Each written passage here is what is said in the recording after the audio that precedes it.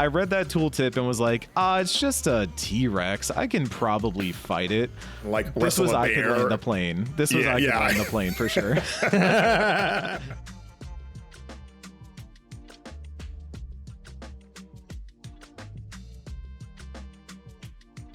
Hello and welcome to new gameplay today here at Game Informer.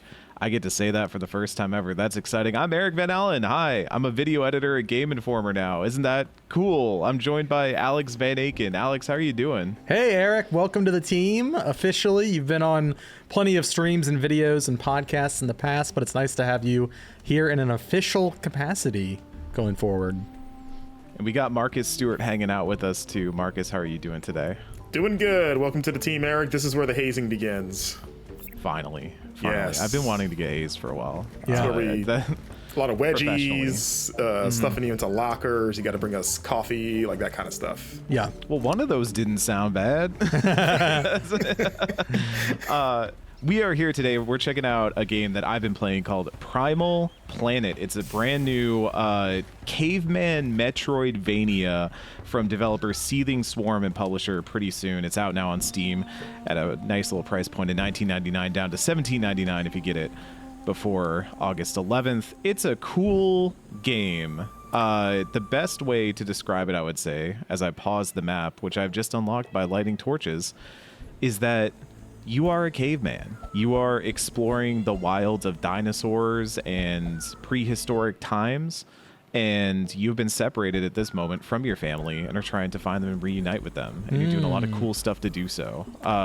It's a very, I don't know what the word is that I would use for it. It's you kind of just pick up story as you go. There's not dialogue, really. There's not really a lot of explanation for what's happening. You're just kind of in the moment, learning everything about this world and how it all works as you watch me try to do the spear jump that the game has taught me. Yeah. Yeah, I mean, right off the bat, the art style looks great.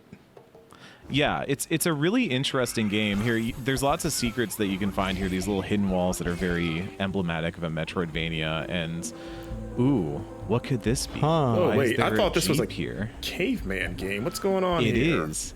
Until it isn't. There's some fun surprises. We got two gameplay clips kind of spliced together from my playthrough here to kind of give you an idea of the very beginning of the game, which this is, and then kind of a little bit later to give you a tease of some of the broader mysteries happening here. But right now you're venturing, you're caveman looking for your cave wife and cave child, and you've got as this they were known dinosaur. back then as. Yeah, The scientific names for them, you know. Caveman, cave child, Cave son or thought daughter. I'm sorry. Maybe we'll cut that out. No, that's good. No, we're keeping that. Okay. But as you saw there, when you rested a fire, you also have like some kind of RPG stuff, and I really love all the interactivity in this game. So I picked up a spear. I went to a campsite, which is kind of your bonfire in this game, and you can craft a spear into a torch to burn down thorns. And so now I'm in a section where I'm having to think about, okay, I've got waterfalls, which will put out my torch, so how do I get around those to then light the thorns so I can move on? And I love the little reactivity elements in this game a lot. Yeah, that is pretty cool. And I was going to ask you did mention the RPG stuff. I was going to ask, like, where, like, on the spectrum of Metroidvania, which side of the pendulum this game swings closer to? And, like, when I think of, like, the Vania side of it, I do think of a more RPG-style leveling and progression. Does it get to, like, is it similar in that way to something like a Symphony of the Night or the other kind of like Igarashi Castlevanias? Or I would go the other way. I think it's a little bit more Metroid than Vania, really. You definitely have stuff that you're upgrading, damage that your different weapons do. So you have a club, which is kind of your constant short range melee attack, and then a spear, which I just chucked into a tiny little Dilophosaurus or whatever those are called, the tiny little guys. The ones that ate that little girl in the beginning of Lost World. Yes, exactly. Yeah, or ate Newman in Jurassic World 1. I think those are the ones that spit acid, actually. Those are different ones. Yeah. And do you have like a little otter, or is that a dinosaur of your own? Its name, if I remember correctly, is Spino or something like that. Or it's like a little baby dinosaur that you make friends with like a mama dinosaur and this baby dinosaur, and then bad things happen. The mama dinosaur dies, and you kind of become the caretaker of this little baby dinosaur who starts following you around. And so while there's an RPG progression for you to level up the damage that you do with your spears, with your club, you can get a double jump, which I highly recommend if you're playing this game. Save the points, get the double jump. It's worth it. You can also level up the dinosaur, and he will fight alongside you and get stronger as you level him up. So he's really helpful in that way. But here we're kind of flipping through different stuff where you can get, I haven't even run into a lot of the poison and stuff like that yet. There are antidotes and poison and things like that, but there's diving. You can upgrade your bone throwing. You can throw bone shards to do damage, kind of like a projectile. You've got spears, which are both melee weapons, but they're also how you make torches, and you can throw them and you can create platforms with them. And this is called Eric Learns a Lesson. I read that tooltip and was like, it's just a T-Rex. I can probably fight it. This is where I learned this game is actually surprisingly punishing. One hit from that T-Rex took out 2 pips of my health. Our little dino pal's about to go down in a few more seconds here, and I'm not long for the one after him. He got smashed. So was this your toxic masculinity kicking in? How a lot of guys think that they can like wrestle a bear? This was I could land the plane. This was I could land the plane for sure. And so I just get slammed into the ground and have to go back and learn my lesson. You know, hubris is important. It's what teaches us. That's evolution, frankly. It's like, topical. If I was that caveman, I would have perished, and then my smarter caveman brother would have done what I'm doing right now and snuck by the T-Rex and not woken it up. I mean, you know, how many real cavemen had to die throwing themselves at a T-Rex so that the others could learn in real life? And the answer is none, because humans didn't exist with dinosaurs, but still. But theoretically. On paper. I love how you're crouching the entire way across now. I learned a lesson. Yeah, that's fair. Just the fear of God is in you now. Or the fear of a T-Rex. Yeah, and I get a little fruit. A little tasty treat. So that's some of the early game interactivity I wanted to show off. The fire and being able to burn things with grass, and the thorns. This cool like spear hopping you can do, sneaking by dinosaurs. Now we're going to cut forward to, I have found my family. We have cave woman, we have cave child. We are gathered back together, and we're going to our village, which is a really cool aspect of this game, where you have a village that you can upgrade and get more upgrades for different companion characters at. This also has like a lot of really interesting dynamics in having a party. And so right now, when you're running around with this whole group, you have your little kid who kind of just takes care of herself, stays out of trouble. I didn't really see any major consequences for the child getting caught up in any of the action, but the child doesn't get stomped. No, okay. The child's smarter. Cave Wife has a bow and does some real damage in some of these sections. Really fights, and kind of get into a rhythm here of like a party combat action RPG kind of vibe that I really thought was interesting. And did they feel like genuinely useful? Yes. Oh yeah. There are a few times here. Oh, look at that. Whoa, what is happening here? Don't worry about it. Okay, so I saw that. We'll ignore that dinosaur just getting. That's not for us to understand. We're simple cave people. Yeah, that's not our place. That dinosaur's adventure on that ship is a different game. There's diving in here. I really love some of the stuff they do here with the little oxygen pockets and stuff like that. There's lots of different ways to explore around here. There's a fish that, who's to say if I'll be humbled by the underwater denizens of this world? You might be humbled by the lack of oxygen. Who can say if there's a larger fish? There's always a larger fish in the pond, you know? Yeah. Something eats something. This is cool. But yeah, I love the art style of this game so much. I mean, it look looks at nice. This pixel art. It's so good. It's so well crafted. It's so just rich. Even the backgrounds, if you look way in the back, I think that's called parallax in the back, where you have kind of those different backgrounds that are kind of rolling in and out. And you have like the stegosauruses walking around. They're really cool, but so it's been a real surprise.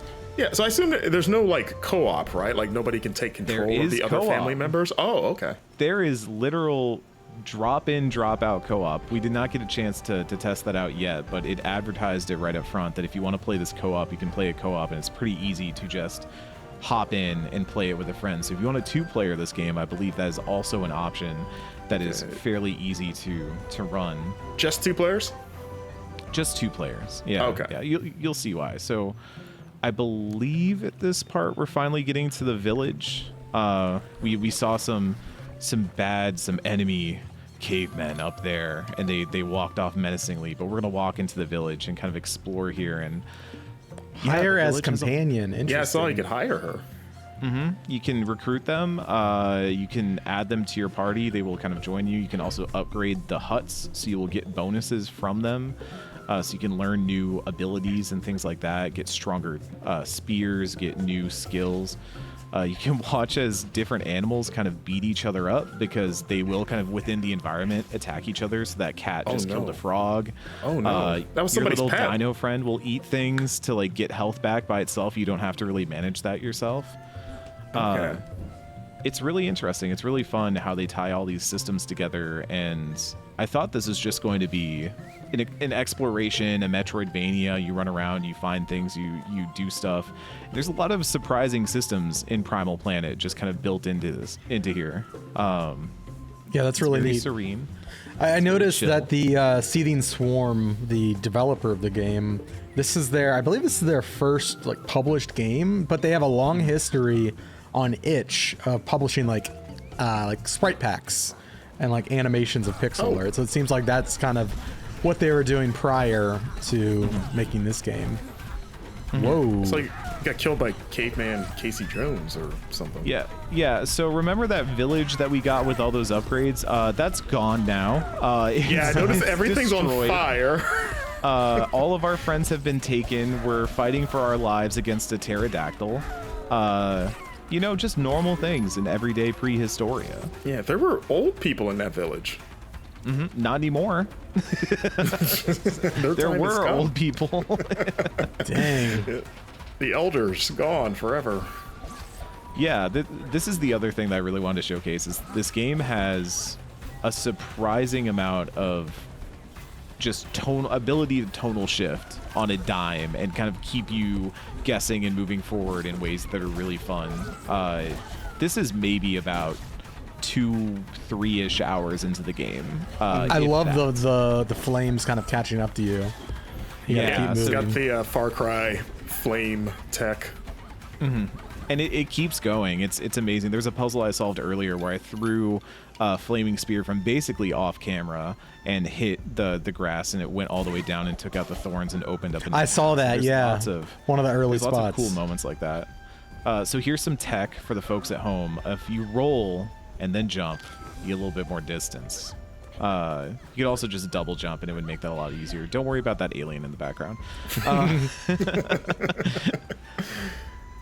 Yeah, I mean, it's those weird little flourishes on the edges, like the Jeep and the alien stuff, that really make me want to play this just to see, like, what is actually going on here? That's been the really interesting part. I cut out some other stuff that happens that kind of teases more waiting in the background with regards to this kind of other alien enemy faction, because a lot of your focus early on is just, it will tell you at the top of the screen, find safety, find your village, protect your family, and it's very driven in that regard, where all this stuff is happening that you, the player, might be curious about, but Caveman, your Caveman is just like, I just gotta take care of my stuff. I gotta be okay. So it's a really interesting drive so far that has felt very like forward and moving for a normally exploration based game. So you have kind of area maps as well. You can unlock full area maps that will show you where all the secrets are and stuff like that too. But yeah, very, very Metroid in that regard. So I'm circling back around to check on the status of my camp and to see how the old folks are doing. I also like, I know you mentioned at the top, there's no dialogue in the game. Obviously it fits with the theme of like cavemen, but it kind of just, I feel like you have to rely on so much more to tell these stories, and I feel like the developers kind of leaning on their strengths of, great animation and kind of these compositions and these scenes to tell a story rather than explicit dialogue, and I think so. Looking at this, it feels like it works. It absolutely works. I think that scene right there with you're in the village, it's very idyllic, everybody's just hanging out, having a good time, and then suddenly pterodactyl swoops in, fires everywhere. The Fire Nation attacked. Yeah, exactly. Suddenly the Fire Nation attacked, everything changed. We are the airbenders. And you have these really good, poignant little moments of, oh, this is...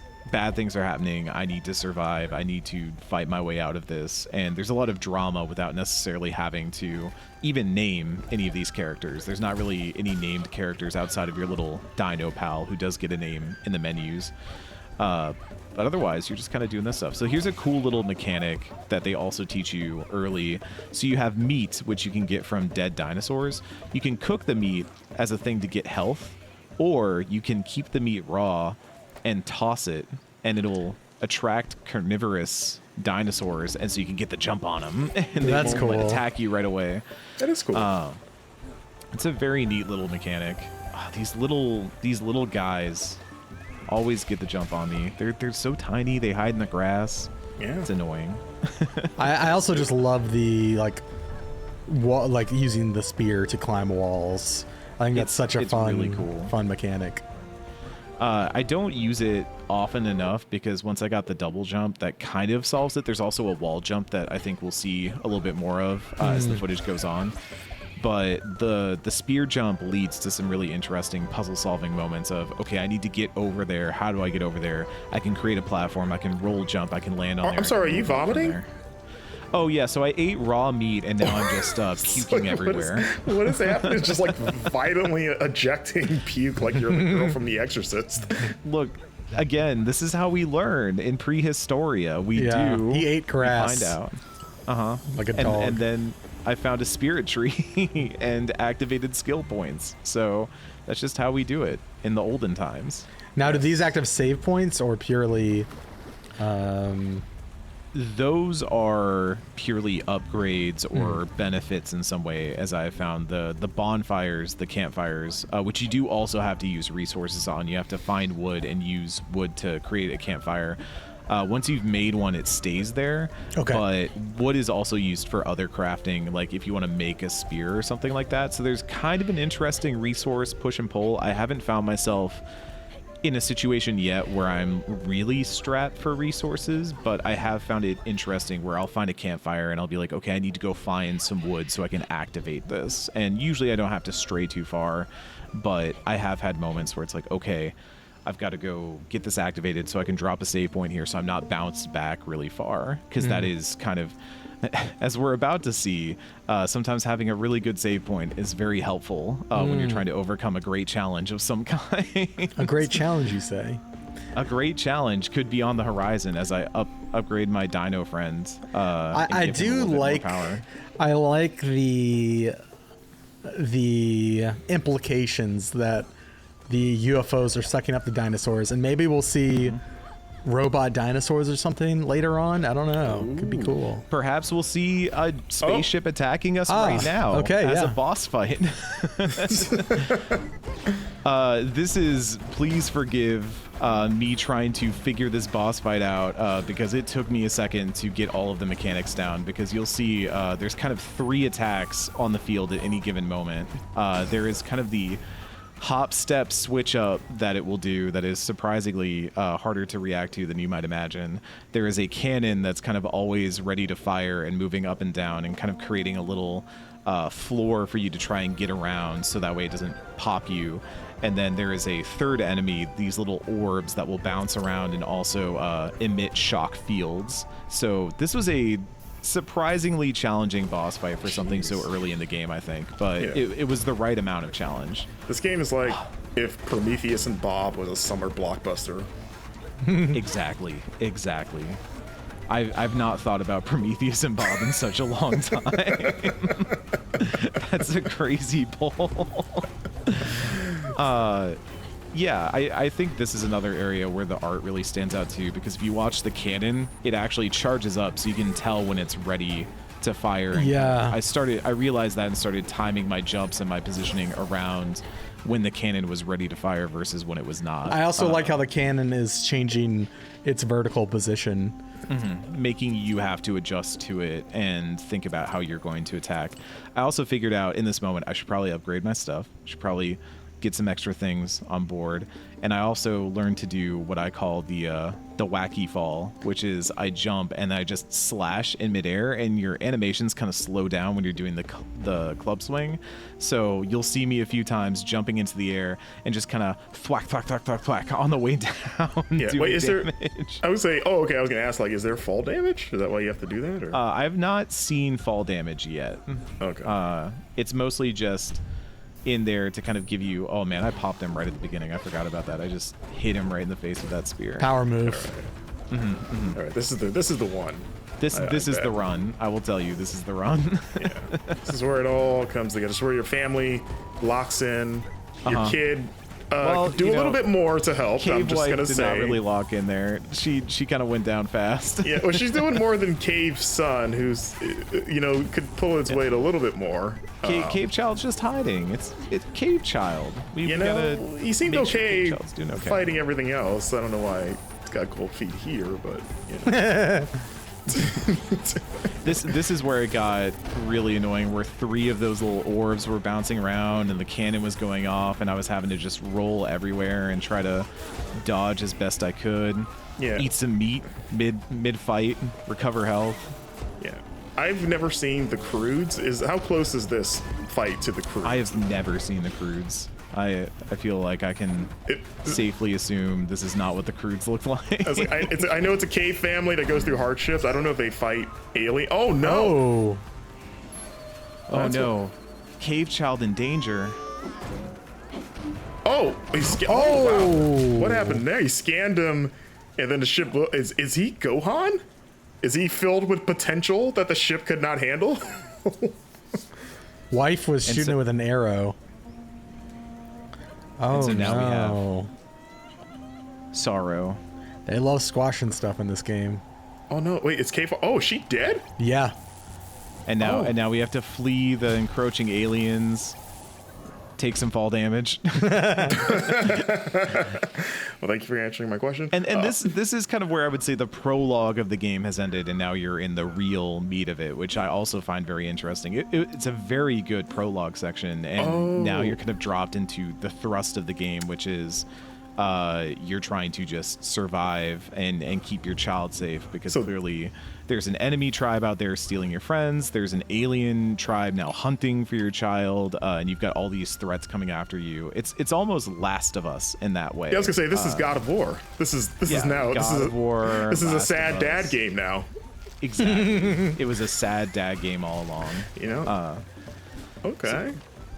Yeah, that's Primal Planet. It's a lot of things. Yeah. It does a lot of different stuff. It has some really cool ideas about platforming and interactivity, almost immersive sim-like elements within the space. Gorgeous, gorgeous pixel art. And just some really cool mechanics that really surprised me. This is one that when Van Aken and I were looking at different games on Steam and kind of looking, what's popping off this week, we both saw this game and we're like, oh, this looks different. This looks novel. This looks unique. And it really is. It's all of those things. Yo, this looks neat. I wanna play this. This looks super cool. And I'm a Metroidvania sicko. But just like I mentioned before, the weird story stuff, I want to see where that goes. This looks awesome. Yeah. Thanks for showing this to us. It's out now, like Eric said. $17.99 with the launch discount till August 11th. Then MSRP is $20 on Steam. Seems like it's just on Steam right now. Yeah, this thing seems awesome. Thanks for showing it to us, Eric. Yeah. Yep, that's Primal Planet. For more, stay tuned to Game Informer.